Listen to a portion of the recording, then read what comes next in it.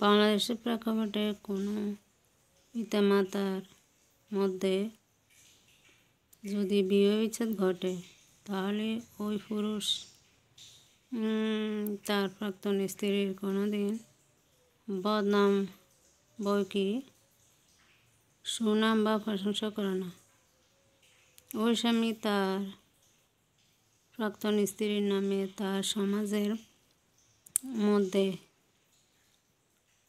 অবস্থিত অলিতে গলিতে হাঁটে হাঁটে, বাজারে বাজারে, দোকানে দোকানে, দেশে দেশে হেঁটে হেঁটে তার সাবেক স্ত্রীর নামে কুৎসা করে বেড়ায়।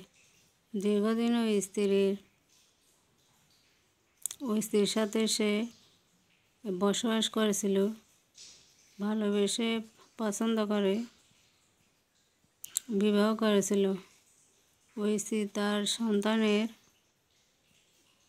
মা তার হালচাল আচার আচরণ দেখে